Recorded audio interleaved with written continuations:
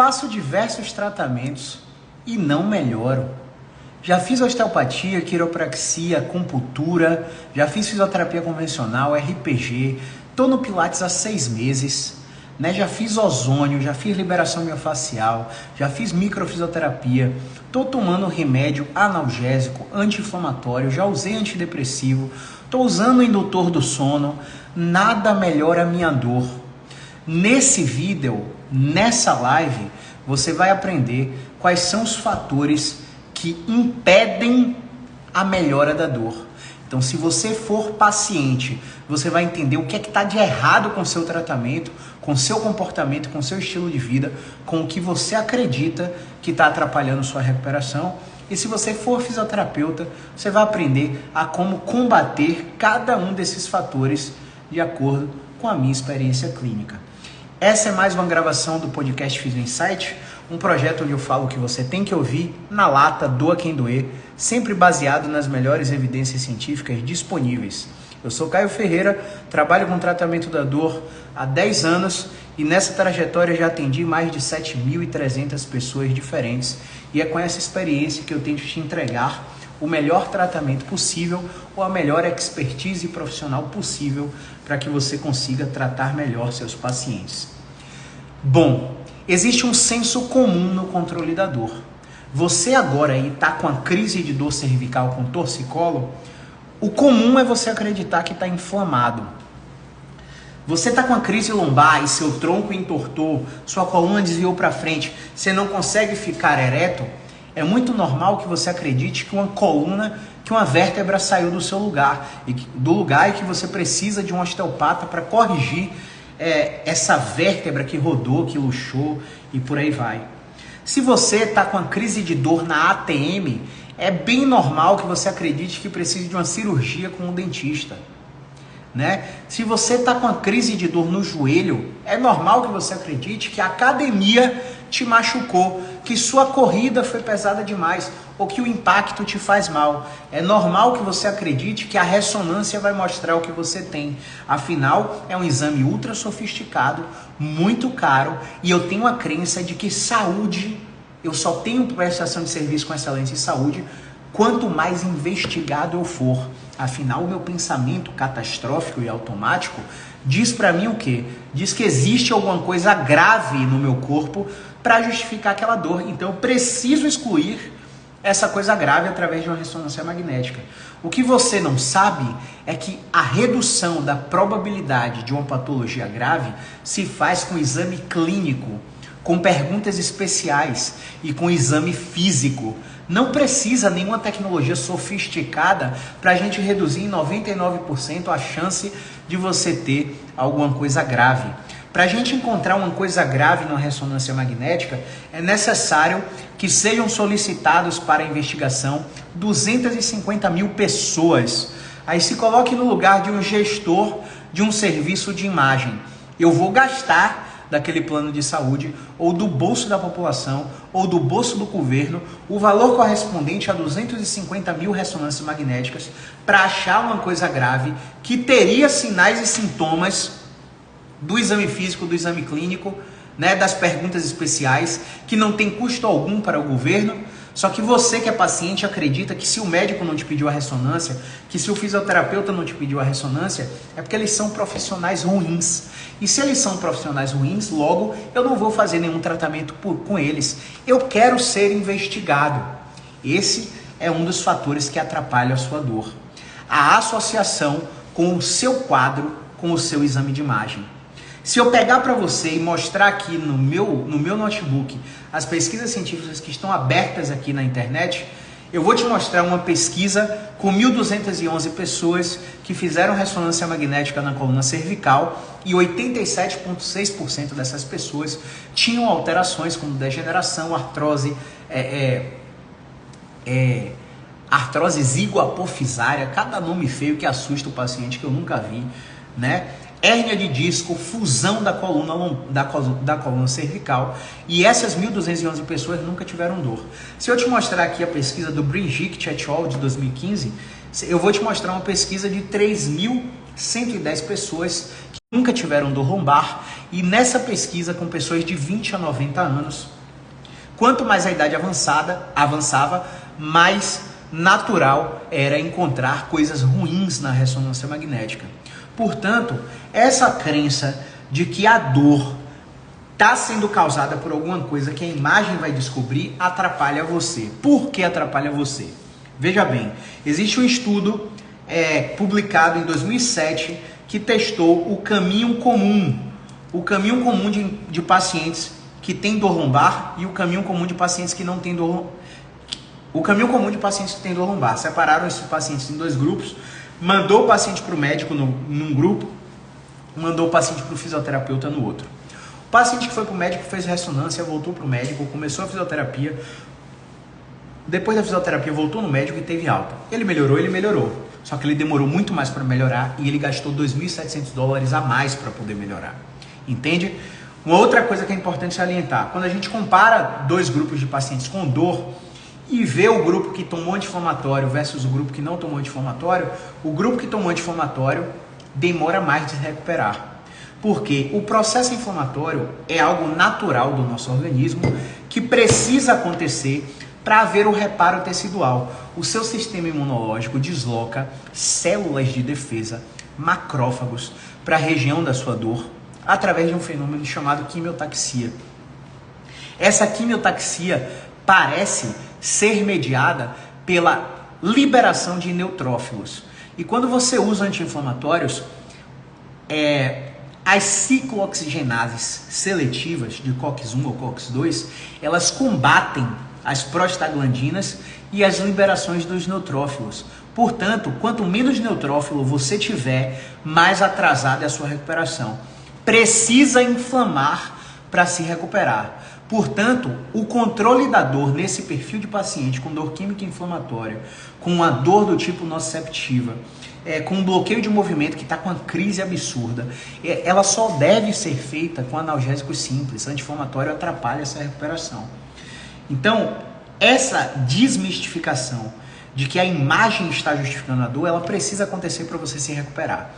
Porque quando você vê a hérnia de disco na imagem e algum profissional de saúde reforça sua crença negativa a respeito da baixa eficácia do seu corpo, a respeito de você ter uma coluna frágil, a respeito de daqui a 10, 5 anos você vai precisar de uma cirurgia, isso muda completamente, de forma automática, o seu comportamento. E essa mudança comportamental altera a forma como você anda, como você sobe escada, como você senta no vaso sanitário, como você carrega o seu filho, o seu neto no colo, como você dirige, como você senta no escritório do seu trabalho.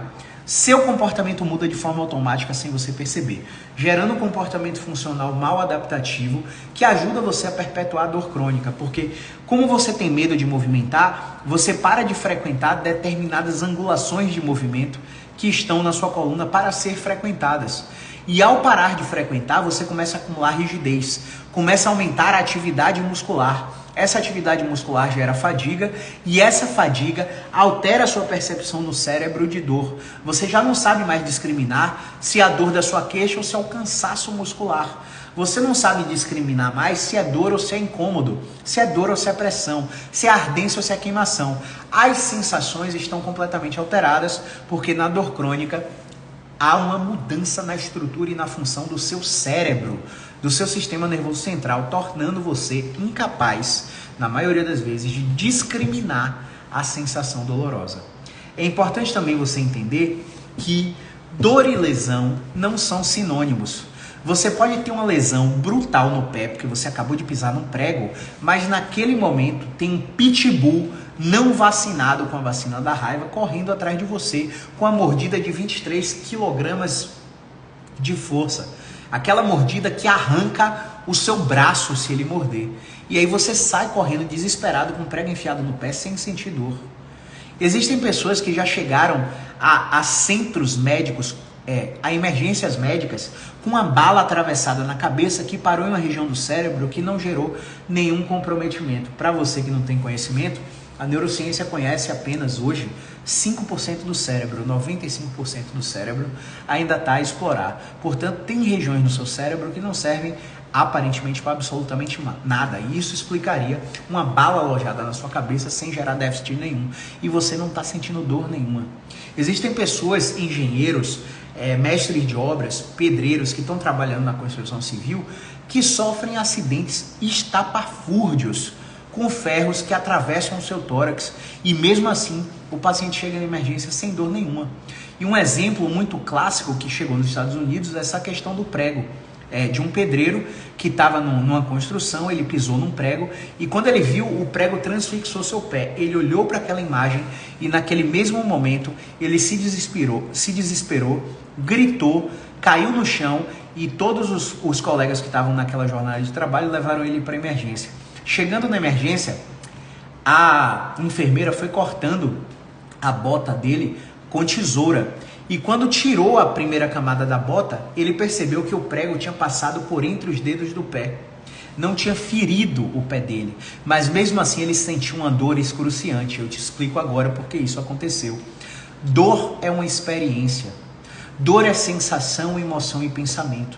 Dor é uma experiência desagradável associada a uma lesão real ou potencial. Experiência sensorial e emocional. Portanto, dor não é só sensação. Dor é emoção e dor é pensamento. No momento que ele visualizou aquela cena, automaticamente o sistema de alerta o alarme do sistema nervoso dele ligou. E essa ligação do sistema de alerta gerou nele um comportamento de luta ou fuga. Caio, como assim comportamento de luta ou fuga? Muito simples. Você só tem dois tipos de sistema nervoso autônomo. Um sistema nervoso autônomo neurovegetativo simpático e neurovegetativo parasimpático. O simpático te prepara para lutar ou fugir, o parasimpático te prepara para dormir ou digerir. Você só pode ligar esses dois modos de funcionamento, da hora que você acorda até a hora que você vai dormir. Na maior parte do tempo, você está no modo luta ou fuga ou no modo dormir e digerir. Nesse momento, eu pareço estar no modo dormir e digerir. Mas daqui a pouco, para passar alguma mensagem específica, eu vou reforçar a minha linguagem corporal assumindo uma nova postura e eu vou reforçar a entonação da minha voz para chamar a sua atenção, chamar o seu alerta. Nesse momento, eu entro no modo de lutar ou fugir. E aí retorno ao meu basal do modo de dormir ou digerir. Então, dito tudo isso, quando você está com medo ou ansioso por causa de um diagnóstico que veio do exame de imagem, ou por causa de uma dor que não cessa, que está crônica, que há 15 anos, desde que você se entende por gente, você tem essa dor sendo negligenciada ao longo do tempo por automedicações, por medicina de plano de saúde, por fisioterapia de plano de saúde, que não funcionam para porra nenhuma, só fazem você perder tempo, perder vida, perder dinheiro, porque você está pagando um plano de saúde caro, você acredita que o plano de saúde tem que prestar o melhor serviço possível. Eu também acredito, mas a realidade combate todos os nossos pensamentos. A gente tem que acreditar nos fatos. E o fato hoje é, seu plano de saúde só serve para emergência. Seu plano de saúde não serve para serviço seriado. Se você quer procurar psicólogo, nutricionista, fisioterapeuta, médico pelo plano de saúde, você vai achar um bocado de profissional que está no piloto automático, que não tem nem 15 minutos para te escutar, que vai te passar uma receita pronta, uma receita de bolo, sem respeitar a sua individualidade. A experiência dos pacientes que vêm até mim é extremamente negativa em serviços seriados através dos planos de saúde. Então, o que você deveria fazer é procurar um atendimento especializado na modalidade particular, solicitar sua nota fiscal e solicitar reembolso do seu plano. Ah, meu plano não tem reembolso. Sinto muito que seu plano não tem reembolso. Sua saúde merece esse cuidado? Sua saúde merece um cara que tem 10 anos de experiência, que passou por 5 pós-graduações, está fazendo a 6ª, que já fez várias formações internacionais, que já viajou o cabrobró de Judas atrás de conhecimento para te dar o melhor tratamento possível, com assertividade, no menor tempo possível, com o mínimo número de consultas possível. Sua saúde merece esse cuidado? Prioridades. O iPhone que está no seu bolso você conseguiu comprar. A TV de plasma da sua sala, o carro que você tem na garagem, a viagem para Gramado, a viagem para Fernando de Noronha, o Carnaval de Salvador, o camarote e tal. Você conseguiu fazer isso tudo mesmo sem ter dinheiro, porque era uma prioridade para você. Com saúde a gente corre atrás do resto e eu quero que você estale aí para essa percepção. Saúde primeiro, família primeiro, segundo, trabalho depois. Nunca inverta essa ordem, beleza? Então, uma outra coisa que a gente precisa desmistificar, uma outra coisa não, que eu estava falando a respeito de dor e lesão, é porque nesse caso que eu exemplifiquei do pedreiro, não houve lesão e mesmo assim ele teve dor. Assim como você pode ter tido lesão e não manifestar dor por um certo tempo, porque aquele estímulo lesivo não é forte o suficiente para ser interpretado pelo seu cérebro como uma ameaça potencial. E se ele não é interpretado pelo seu cérebro como uma ameaça potencial, é claro que você não vai desencadear dor.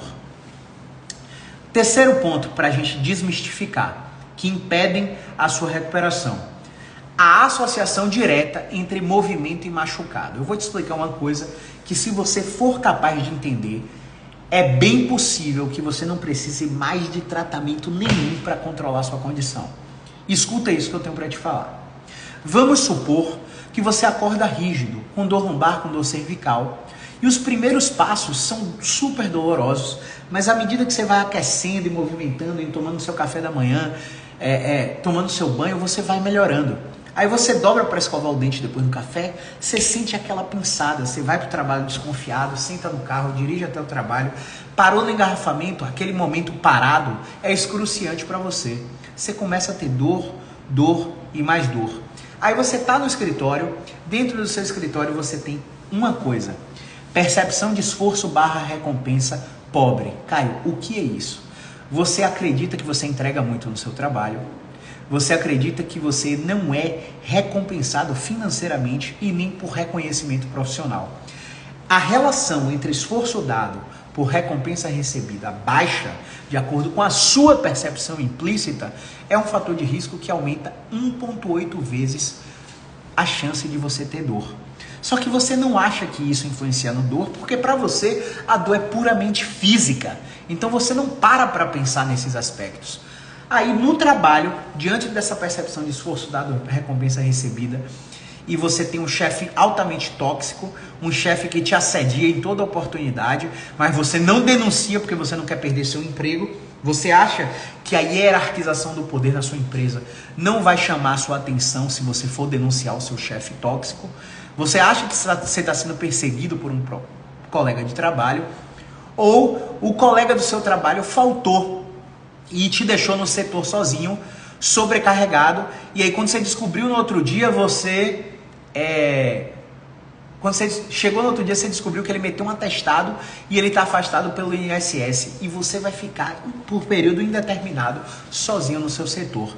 Nesse momento, a sensação de sobrecarga do trabalho começa a acontecer, e sobrecarga no trabalho aumenta o risco da sua dor. E aí eu não posso dizer para você, saia da zorra do seu trabalho. Afinal, o seu trabalho é a sua fonte de renda. Uma vez que você entende isso, você precisa de ferramentas para lidar melhor com a demanda. Momentos de pausa para relaxamento. Atenção plena, meditação, mindfulness, yoga, tai chi chuan. Qualquer atividade que te desacelere.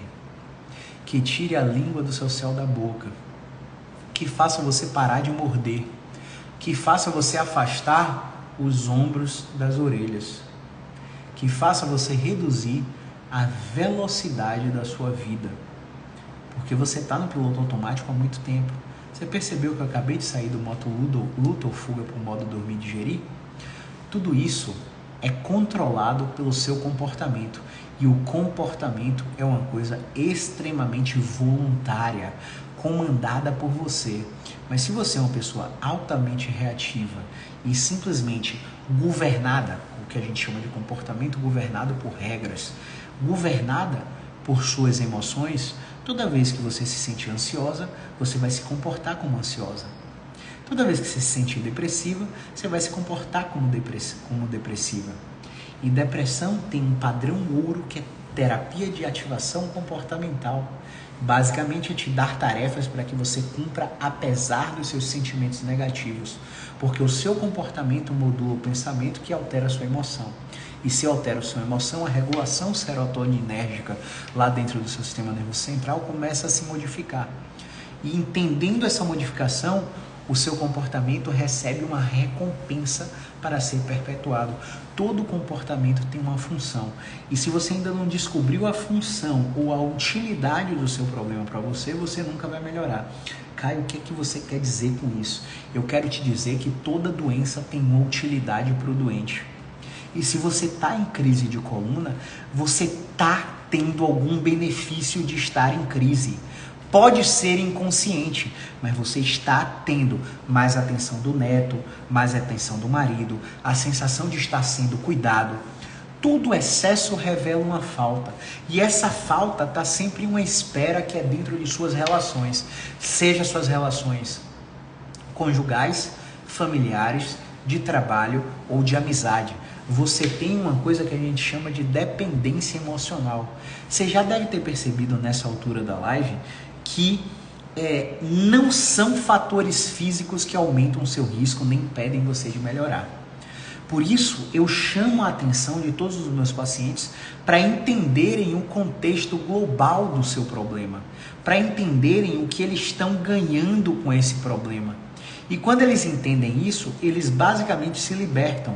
Não quer dizer que eles zerem a sua dor, mas eles controlam a dor de forma mais efetiva, voltando ao ponto percepção de esforço-recompensa e sobrecarga de trabalho. Você não acredita que isso interfira na sua dor. E aí você se abaixa na cadeira e trava a coluna. Quando você trava a coluna, ai meu Deus, a vértebra saiu do lugar, inflamou, está irradiando, inflamou meu ciático, inflamou meu mediano, minha mão, eu estou sentindo minha mão dormente, eu não sei de fato o que é que está acontecendo e por eu não saber o que é que está acontecendo, eu me desespero. E aí o cenário na minha cabeça é de um pensamento catastrófico que me bota numa projeção de futuro que eu acho que eu não vou conseguir controlar. Portanto, nesse momento, além de todos esses fatores sociais, cognitivos, emocionais que eu acabei de falar, você agora está ansioso. Aí você chega numa emergência médica totalmente incompetente, com médicos completamente despreparados que falam assim para você, ó, tá com dor na perna, tá ardendo, tá quente, nossa, você tá com risco de trombose, vamos internar. Aí é que lascou tudo, sabe por quê? Porque o repouso é contraindicado nesses casos. Você quer dizer que eu tenho que me mexer? Você tem que fazer tudo o que der conta. Aí esse paciente interna, faz um bocado de exame, não descobre a causa da dor, aí faz dedímero, faz vários exames que são indicadores de trombose, não encontram a trombose, mas a perna continua doendo com a dor irradiada. E às vezes esse paciente com dor irradiada na perna, ele nem tem dor na coluna. E aí os médicos que são treinados em ver doença, lesão e inflamação como causa da dor, não cogitam que a coluna é o problema do paciente. E o paciente segue internado, e quanto mais tempo internado, cada dia internado é 1 quilo de músculo que o paciente perde, se ele ficar restrito ao leito. Existe um estudo que mostra que pacientes internados perdem 1 quilo de músculo por dia se estiverem restrito ao leito.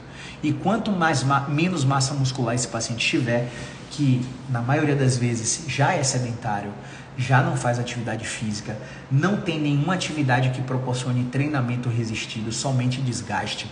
Ele pode até correr, ele pode até pedalar, ele pode até nadar, dançar, mas tudo isso é desgaste muscular. Nenhuma dessas atividades são construtoras de músculo.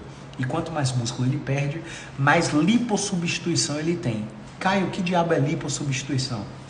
Lipossubstituição é a transformação de massa magra em gordura nessa articulação aqui, ó, na articulação intervertebral. Entre cada vértebra da sua coluna tem vários músculos que chamamos de paravertebrais, multífidos.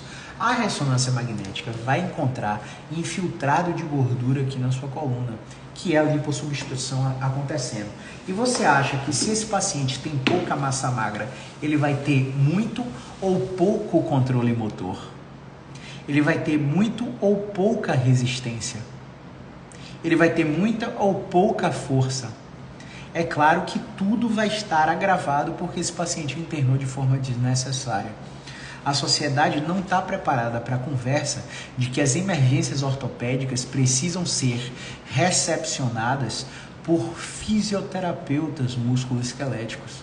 Porque o fisioterapeuta musculoesquelético, com a combinação de testes de movimento, é capaz de determinar se o paciente vai responder a movimento ou não. E se responder, em quanto tempo há a probabilidade de resposta. E esse paciente que foi abordado pela fisioterapia na emergência, ele não consulta ortopedista, ele não faz ressonância, ele não toma injeção. Ele sai de lá com atividade para fazer e com a solicitação de consulta especializada em fisioterapia musculoesquelética para tratar a condição dele até o fim. A emergência é sempre paliativa, beleza? Então já falamos de dor e lesão, dor e imagem, sobrecarga de trabalho, percepção de esforço, recompensa, e agora vamos fechar com movimento e machucado, né? Ainda nesse paradigma do paciente que travou e foi internar, ele sai para a fisioterapia convencional. Na fisioterapia convencional, ele faz uma série de exercícios, alongamento e fortalecimento, eletroanalgesia, ultrassom, TENS, infravermelho, propriocepção, fortalecimento, já falei, técnicas de RPG, mandam para o Pilates. Esse paciente até melhora, mas o problema volta. E quando o problema volta, esse paciente chega finalmente num consultório especializado em dor. E aí nesse consultório especializado em dor, você sabe o que é que acontece? Acontece o seguinte: esse paciente que chega num consultório especializado em dor, ele faz um movimento e dói. Ele acredita que o tratamento ele precisa ser indolor. Só que o tratamento ele não é indolor. Tem dor durante o tratamento, tem oscilações no quadro de dor durante o tratamento. E quando o paciente entende esses picos e vales no tratamento da dor, ele para de ser atrapalhado pela própria história do problema. Porque o paciente ele não tem conhecimento da história natural da doença. Ele sabe que se a gente comparar dois grupos de pacientes gripados, um tomando coristina e o outro tomando vitamina C, os dois grupos melhoram de forma igual. Um grupo tomando vitamina C e coristina e outro grupo sem fazer nada, os dois grupos melhoram da mesma maneira. Só que ele não sabe que existe uma história natural de 8 semanas para uma crise de dor na coluna. Que antes dessas 8 semanas, tudo que ele fizer parece ser precipitado. Tudo que ele fizer deve gerar conforto para ele atravessar a história natural. Só que as informações que esses profissionais passam atrapalham a recuperação do paciente, porque o paciente começa a acreditar em coisas que não existem, fundamentadas pela ciência. Entende? E aí quando ele chega aqui, que a gente pede um movimento, por exemplo, olha, dobre a sua coluna para trás. E aí ele fala, nossa, dói muito. Ele não quer mais insistir porque dói, ele não aguenta mais dor, ele não quer que um tratamento gere dor. Só que para você se tornar um vencedor, a palavra já diz isso, vencedor. Entende? Tem dor durante a jornada. E aí quando ele repete, vamos dobrar sua coluna para trás 35 vezes, ele começa a perceber, eu fiz a repetição de 1 a 7 e doeu. A repetição 8 não doeu. A repetição 9 voltou a doer e de 9 até 15 continuou doendo. A repetição 16 não doeu e não doeu até a repetição 23. Pronto, eureka. Paciente, o que é que você acredita que aconteceu que em determinadas repetições você teve dor e em determinadas repetições você não teve dor? Ele, nossa, não sei, não faço a mínima ideia. Pois bem, eu vou te explicar agora sobre o paradoxo do movimento. Caio, que diabo é o paradoxo do movimento? Simples. O movimento que inicialmente provoca dor pode parar de provocar dor se for repetido. O movimento que inicialmente não provoca dor pode começar a provocar dor se repetido. Isso é o paradoxo do movimento. Portanto, se eu exponho o paciente a uma tarefa que ele não está conseguindo fazer porque ele sente dor, talvez ele só não tenha repetido aquela tarefa várias vezes. Porque estímulos sucessivos de movimento fazem o sistema nervoso do paciente gerar habituação se o sistema nervoso desse paciente estiver íntegro. E como eu sei se o paciente tem um sistema nervoso íntegro? Fazendo um teste sensorial quantitativo chamado modulação condicionada da dor de forma ativa. Como eu faço esse teste? Expondo o movimento, expondo o paciente a movimentos que exacerbem o estresse metabólico. Como eu exacerbo o estresse metabólico? Começa a fazer polichinelo, começa a fazer corrida simulada, começa a fazer salto e aterrissagem no trampolim, começa a fazer flexão de braços, começa a suar e cansar. Nossa, doutor, esse é muito difícil. 3 a 5 minutos, executando um protocolo de exercício de média a alta intensidade, o paciente vai ficar ofegante. E assim que ele ficar ofegante, você vai perguntar: como está a sua dor? Melhor, pior ou igual? O paciente que é prolixo, ele vai querer te contar uma história. Você vai dizer: não, eu só quero saber agora, nesse exato momento. Como está a sua dor? Melhor, pior ou igual? Ah, tá igual. Beleza, a gente já sabe que ele não tem somação temporal, que o estímulo sucessivo não foi capaz de agravar o paciente.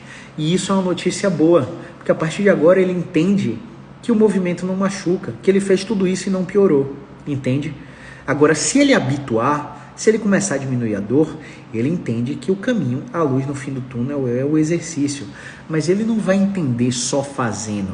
Ele vai fazer, ele vai entender se ele fizer, tiver sua expectativa violada e logo após sua expectativa violada com o seu tratamento, com a sua consulta, você explicar de maneira convincente e não impositiva, apenas com questionamentos reflexivos, o que a gente chama de perguntas socráticas, para o paciente chegar à conclusão que você deseja que ele chegue. Se você assumir uma posição de poder, onde você é terapeuta e o paciente é paciente, você é o detentor do conhecimento, você vai estar impondo a sua forma de pensar para o paciente. E isso vai gerar o que a gente chama de backfire effect. O tiro que saiu pela culatra, e você vai ter uma crença de um paciente totalmente reforçada pelo seu potencial bizarro de comunicação. Beleza? Vamos responder umas perguntas aqui que chegaram, tá? E a gente volta pro conteúdo. Flávia Paim de Melo. Sinto dor intensa o dia todo, muita fadiga de manhã, é uma dificuldade para pisar no chão. Tenho hérnia de disco e descobri a fibromialgia. Fiz tratamento de trombose 1 ano. Fui em outro médico e era tudo da coluna. E fazendo o tratamento para a trombose, fiquei indignada. Tenho muita fraqueza na perna. Pode ser da hérnia de disco lombar? Flávia, não sei, não te avaliei, não posso afirmar nada sobre o seu caso. Eu sei que você tem um conjunto de sinais e sintomas que realmente predizem dor generalizada compatível com fibromialgia. Porém, rótulos são feitos para produtos, não para pessoas. Ah, tá doendo de forma difusa, eu aperto vários pontos do meu corpo e sinto dor, eu tenho dor em quase todas as articulações, eu tenho fadiga precoce, nossa, eu tenho fibromialgia. Esse é o rótulo que médicos reumatologistas dão para vocês. Só que na nossa prática clínica, a gente encontra vários pacientes que dizem ter a fibromialgia e na verdade é um diagnóstico falso, um diagnóstico de um profissional que foi preguiçoso para examinar o paciente, ou de um paciente que foi resistente a várias estratégias de tratamento. Um paciente que, por exemplo, é resistente a um protocolo de saúde mental com psicologia em terapia cognitivo-comportamental. Ah, eu não sou maluco, portanto eu não preciso de terapia. Então, existem vários perfis de profissionais que são ruins e existem vários perfis de pacientes que são ruins e não aceitam o que determinados profissionais têm para ouvir. Se eu for cogitar aqui a quantidade de pacientes com fibromialgia verdadeira, eu não conto nos dedos de uma mão. Hoje eu tenho Dona Francisca, Dona Zuleide e Dona Sandra. 3 pacientes com fibromialgia verdadeira que estão em 6 meses de tratamento comigo. Estão muito melhores, a dor continua presente, em menor intensidade, em menor frequência, mas já voltaram a fazer várias atividades.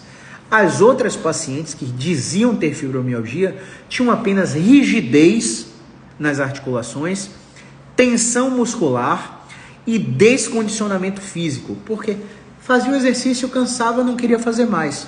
Fazia o exercício, doía, não queria fazer mais.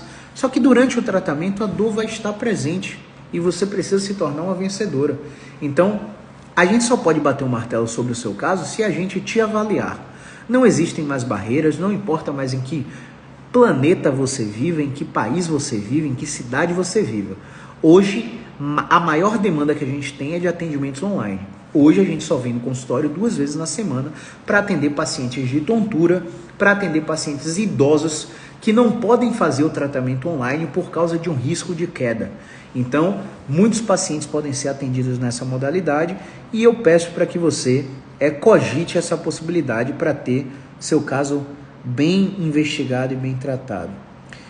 Company Fisioterapia, boa noite a todos. Tá, beleza. Para mais dúvidas a respeito de hérnia de disco ou qualquer outro assunto, vai no meu canal do YouTube, Caio César Fisioterapia. Coloca o tema de seu interesse mais meu nome no YouTube. Caio César mais fibromialgia. Caio César mais hérnia de disco. Você vai achar mais de 10 aulas sobre o tema lá que vão esclarecer muito a respeito do que você sente, beleza? Voltando ao ponto. Você sabe o que é catastrofização? Catastrofização é o fenômeno pelo qual uma dor começa a gerar incapacidade. Se o seu paciente é catastrófico, ele vai acreditar que qualquer probleminha de dor é o pior cenário possível do mundo. Ah, mas eu não posso correr porque eu faço aquilo, porque eu tenho isso. Eu não posso agachar porque eu tenho isso. Eu não posso fazer academia porque dói. O pensamento dele tem um padrão de catastrofismo. E existem técnicas cognitivas que a gente pode aplicar, chamada descatastrofização. Simples, né? Catastrofização, descatastrofização. Quando a gente aplica o processo de descatastrofização, a gente faz uma série de questionamentos que a gente chama de socráticos, e esses questionamentos socráticos fazem com que o próprio paciente ressignifique a crença que ele tem a respeito do futuro dele relacionado a esse problema. Hipervigilância. Cara, é muito legal. Vou explicar isso aqui em pé, porque eu já estou sentado há muito tempo. Certa vez a gente atendeu um paciente que é praticante de jiu-jitsu. Esse praticante de jiu-jitsu, ele teve uma crise de coluna fazendo um rola. Não sei se vocês sabem o que é rola, mas rola é a luta simulada do jiu-jitsu. Nesse rola, esse paciente ele começou a tomar uma chave e essa chave, ela rodou o tronco do paciente para o lado direito. E aí ele sentiu um estalo. Quando ele sentiu o estalo, sabe o que aconteceu? Ele achou que tinha uma coluna fora do lugar, que tinha uma vértebra fora do lugar. E aí você sabe o que ele fez? Procurou um quiropraxista. O quiropraxista estalou ele todo e falou, pronto, sua vértebra já está no lugar. Ele saiu maravilhado, ficou 3 semanas sem sentir dor. Com 3 semanas a dor voltou e ele voltou no quiropraxista. O quiropraxista, olha, sua vértebra saiu do lugar de novo. Sua vértebra está subluxada. E esse praticante de jiu-jitsu fez a quiropraxia e ele falou, pronto, sua vértebra está no lugar de novo. Só que dessa vez a dor não melhorou 100%, ela melhorou 70% e com 3 dias a dor voltou. Ele começou a falar, porra, eu acho que a dor vai ficar voltando e que a quiropraxia não está botando minha coluna no lugar. Vou procurar um osteopata. Aí ele foi no osteopata. O osteopata fez o quê? Manipulou ele também e falou, dessa vez a sua coluna já está no lugar. E aí ele ficou 7 dias sem dor e a dor voltou. Ele começou a procurar várias opiniões médicas e os médicos faziam um exame de imagem e falavam para ele, olha, não tem nada aqui na sua coluna, não tem nada que justifique sua dor. Sua dor é da sua cabeça, que é uma comunicação que deve ser deletada do arsenal de comunicação de vários profissionais de saúde. O profissional que fala para o paciente que a dor dele é da cabeça dele, mereceria ter o seu diploma cassado, porque uma informação como essa desencadeia uma série de processos psicopatológicos dentro da cabeça, da saúde mental do paciente, que podem fazer o paciente piorar a ladeira abaixo.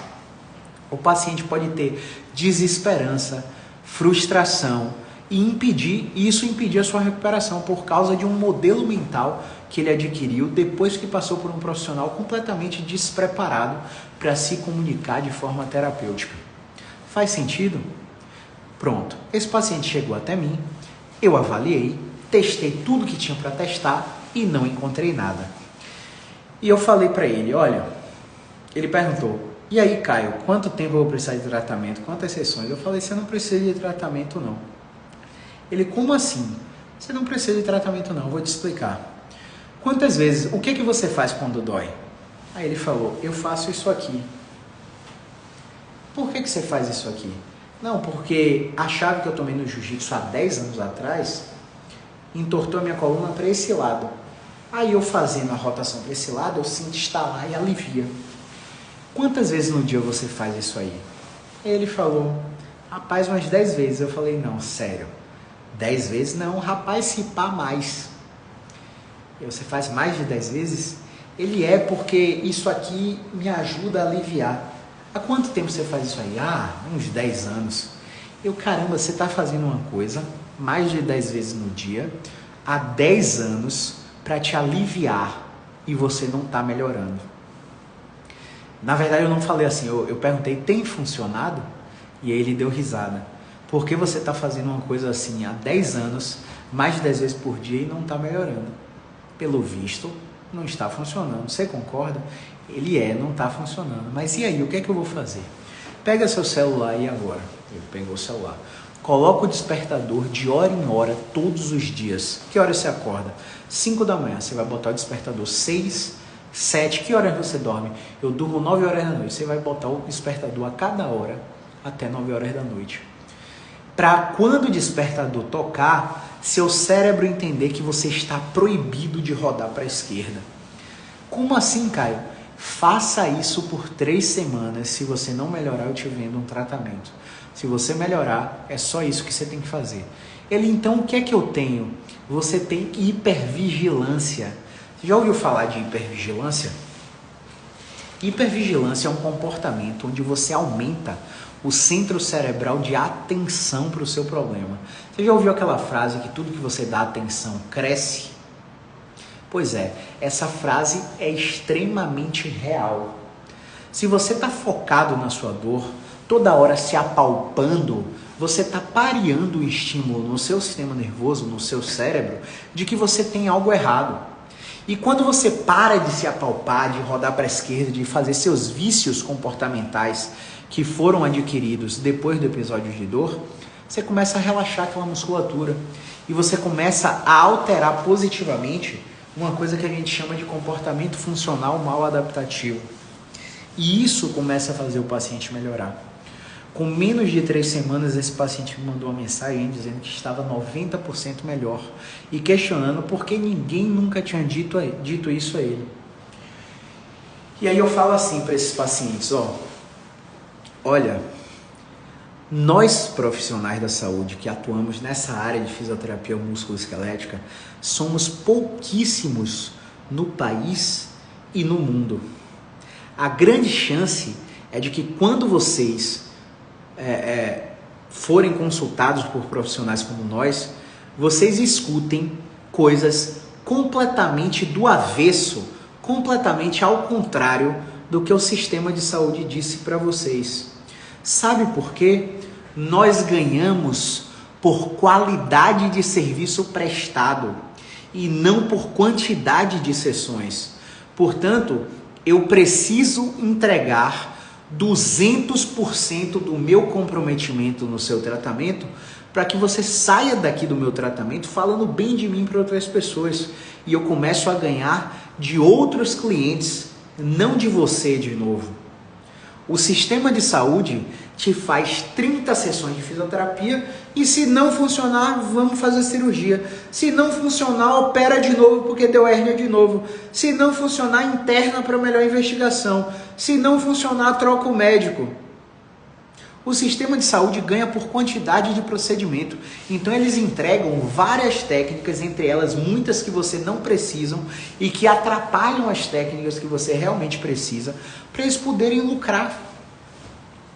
O sistema de saúde faz falcatrua para te vender tratamentos especializados como se fossem sessões normais para você não ter que pagar. Quando o seu plano descobre, seu plano vai lá e aumenta a porcentagem do seu pagamento.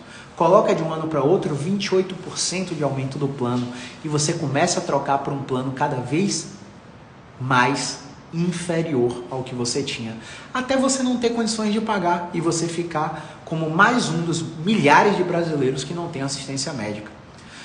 Por que isso acontece? Porque o uso da assistência médica é feito de forma completamente indevida. Mais uma vez, a gente tem uma cultura de que se eu só tenho prestação de serviço em saúde se eu for bem investigado. Entende? Só um minuto.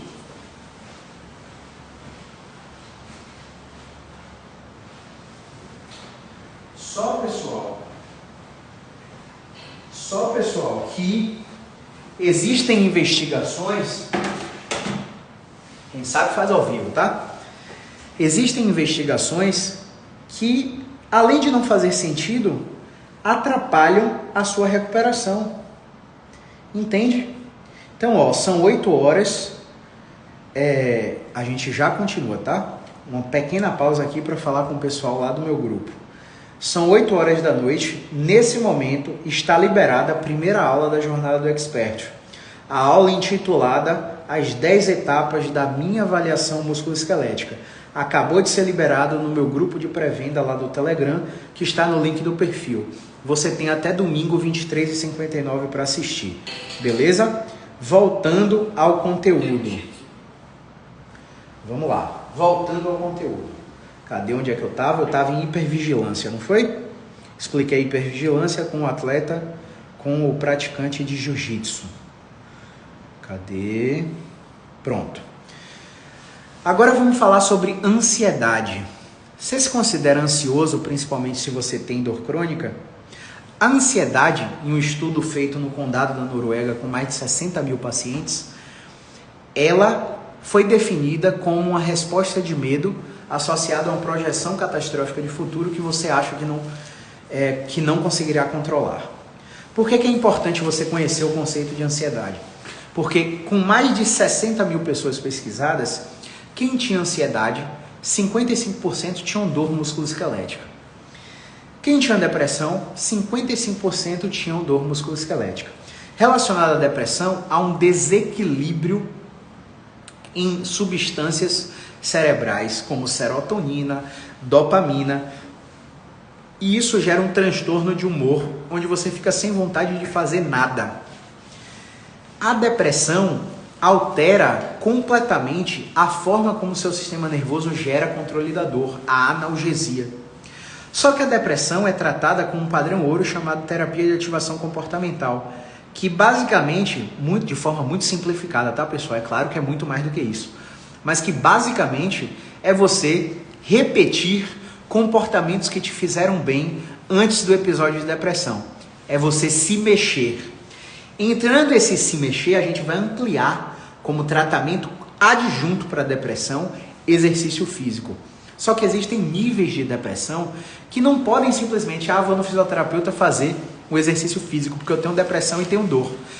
Tem níveis de depressão que você precisa de intervenção imediata de psiquiatra e psicólogo. Porque, por exemplo, uma vez eu atendi um paciente que revelou ter ideação suicida. Eu encaminhei para uma psicóloga que trabalhava com meus pacientes e essa psicóloga ainda assim falou que a terapia dela precisaria ser muito intensiva e encaminhou para um psiquiatra. Ela foi medicada com 3 drogas diferentes e continuou a terapia. E durante o tratamento de psiquiatria e psicoterapia, ela veio fazer o meu tratamento. E aí a resposta no humor dela foi fantástica, porque ela já aderia aos exercícios não somente na minha frente, ela aderia aos exercícios fora daqui, dentro de casa. E aí eu pedi, e aí, manda um vídeo para eu ver você fazendo em casa. E ela fazendo em casa os exercícios direitinho. E aí o exercício, ele vai lá equilibrar a regulação serotoninérgica e dopaminérgica, ajudando a combater os efeitos da depressão. É claro que o maior fator de risco para a depressão é você já ter tido um episódio. Por isso, você precisa ter... Vamos fazer uma analogia aqui bem massa, que um coach de desenvolvimento pessoal fala. Cara, terapia é o nosso IPTU existencial. Para você morar num apartamento bom, numa casa boa, você tem que pagar um bom aluguel. E se você não pagar um bom aluguel, você é despejado daquele imóvel. Você entende isso? E como você é despejado daquele imóvel, você se vira para pagar aquele aluguel. A terapia é o IPTU existencial. Para você morar dentro de você, você tem que pagar um imposto. E a terapia é um imposto para se viver bem. Então existem pacientes com dor crônica que têm barreiras de recuperação, como ansiedade, depressão e estresse. O estresse de forma crônica, ele vai fazer com que você libere uma série de substâncias, como por exemplo o cortisol. Esse cortisol vai afetar seu sistema imunológico, vai afetar seu desempenho muscular, vai afetar o seu sono e você vai ficar num loop infinito sem melhorar. Entende? Então, ansiedade, depressão e estresse são barreiras de recuperação. E se você tem, por exemplo, um processo de luto, ou um processo de divórcio, ou aquela questão de sobrecarga de trabalho que eu falei, você tem barreiras de recuperação. E essas barreiras de recuperação precisam ser melhor gerenciadas por você. E fisioterapeuta nenhum vai te ensinar a fazer isso.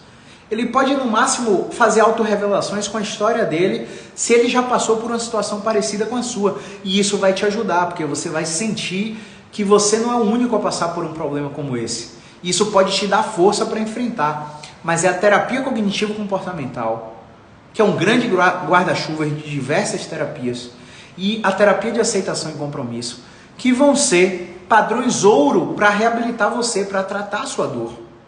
Então, quando o seu tratamento é um caso complexo de dor crônica que tem essas barreiras de recuperação, não existe fazer o tratamento só comigo. Inclusive, hoje em dia, eu condiciono o paciente a fazer os 2 tratamentos. Se ele falar para mim, eu só tenho grana para pagar você, eu não atendo, eu não vendo meu tratamento para ele. Porque eu sei que eu vou tratar ele com o melhor do que eu tenho, com o melhor do que eu sei de conhecimento, e ele não vai melhorar porque ele não está fazendo o tratamento que é necessário para a condição de saúde dele. A reflexão, um outro dado importante aqui, os 2 últimos, para desmistificar dessa live, é postura e dor. Muita gente acha que a postura ruim vai ser causadora da dor. E aí tem um editorial na JOSPT, que é uma das maiores revistas científicas da nossa área, jornal ortopédico de fisioterapia esportiva, que mostra um editorial que é o Sit Up to Straight, né? Que é tempo de repensar. Não existe postura correta. A melhor postura é sempre a próxima. E quando você entende isso, você para de ficar muito elegante o tempo todo e gerar tensão muscular e musculatura que não deveria estar tensa. Ou você para de ficar relaxado assim o tempo todo porque você gosta de sentar troncho. Cada um vai ter uma postura confortável. E se a sua for essa aqui, tá tudo bem. E se você tiver que apresentar uma reunião de negócios, ou fazer uma apresentação na faculdade ou no trabalho, tá tudo bem você ficar elegante, posturado, né? Com a postura bem bonita, mas ficar assim o tempo todo é insustentável e isso causa dor, beleza? Uma outra coisa que é importante salientar é que se a gente comparar casados com solteiros, quem é casado tem mais risco de dor, ó que louco. E se a gente comparar famílias com mais de 3 membros tem maior risco de dor. Ou seja, eita zorra, eita. Quem sabe faz ao vivo. Coloquei o celular no filtro aqui e a água ligou. Melou tudo, desastre. Quando você... Perdi até o fio da meada. Eu estava falando de quê, pessoal? Casados... tamanho da família. Beleza. Quando a gente tem um tamanho da família com mais de 3 membros, essa pessoa tem mais risco de dor. Como você pode ver, não é obesidade, não é sobrepeso, não é postura ruim, não é fraqueza muscular, não é falta de alongamento, não é déficit de equilíbrio, não é desequilíbrio muscular, como muito fisioterapeuta fala por aí, não é inflamação, não é doença, né, que gera a sua dor. Pelo contrário, quando você acredita nessas coisas, essas coisas são fatores que impedem a sua recuperação. Porque você está acreditando na coisa errada. Porque você foi num profissional que está desatualizado. Essas informações já estão disponíveis há no mínimo 2 décadas. Só que entenda, 5% dos brasileiros falam inglês. Você acha que na área profissional da saúde é diferente? Não é diferente. Não são todos os profissionais que falam inglês, que tem um crivo a barreira da língua inglesa. Porque as pesquisas científicas mais recentes foram publicadas em inglês. E se você não sabe inglês, você não vai ter acesso a elas. E você está estudando por livro.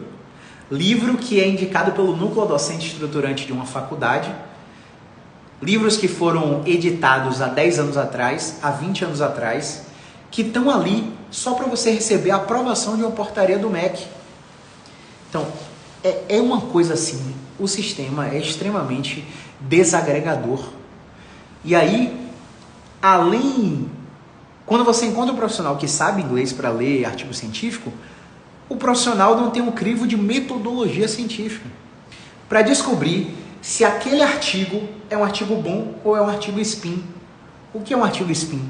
É um artigo que o resumo é fantástico, aí um bocado de fisioterapeuta vai lá, printa o artigo, posta e fala uma coisa que confirma a sua crença, só que não lê, não faz o LPPI, né? Lê a porra do paper inteiro, para saber que o resumo é totalmente diferente do conteúdo do artigo científico. Se você buscar uma pesquisa da Daphne Port, que ela pesquisou a quantidade de pesquisas que tem em artigos spin, você vai ver que 80% da literatura científica publicada, seja em revistas científicas boas ou revistas científicas predatórias, que aceitam dinheiro para passar o paper para ser publicado, 80% dos artigos são spin. Então, às vezes, o profissional não tem nem esse crivo de saber se a literatura científica que ele está compartilhando é um artigo bom ou um artigo ruim. E aí você começa a ficar refém de crenças que governam seus comportamentos e que perpetuam sua dor. Faz sentido? Se faz sentido, coloca um foguetinho aí nos comentários para eu entender que você precisa de mais conteúdos como esse.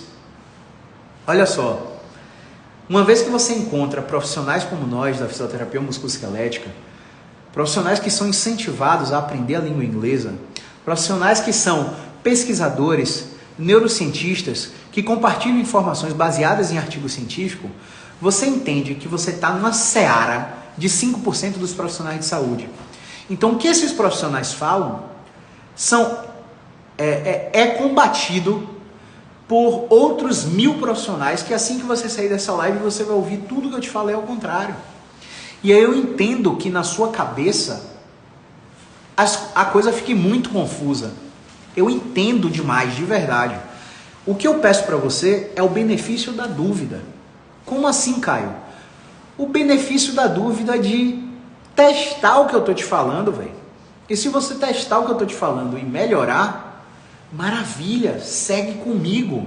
Agora, se você testar o que eu tô te falando e você só piorar, fez o tratamento todo, fez metade do tratamento e você só piorou, pode seguir lá o guru que você acredita, pode continuar acreditando nas suas crenças. Eu falo para meus alunos 2 coisas. Crença é uma merda e medo é uma merda.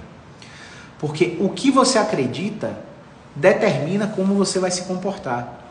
O seu comportamento desencadeia um padrão de pensamento que reforça o que você acredita. E o que você acredita reforçado por artigos científicos ruins ou por profissionais que acreditam na mesma coisa que você, continua desencadeando comportamentos que vão ajudar a população a cronificar a dor. E a outra coisa que eu falo para os meus alunos é que o medo é uma merda. Porque às vezes o aluno tem medo de falar a verdade para o paciente e perder o paciente, porque ele sabe que o paciente não está acostumado com esse tipo de informação. E aí ele fica no mundo dos pensamentos, meu Deus, e se eu falar isso, o que é que o paciente vai achar? O paciente não vai comprar de mim, meu Deus, eu vou perder mais um paciente, ai meu Deus, o consultório não bateu a meta. E aí, esses pensamentos intrusivos atrapalham o seu desenvolvimento profissional.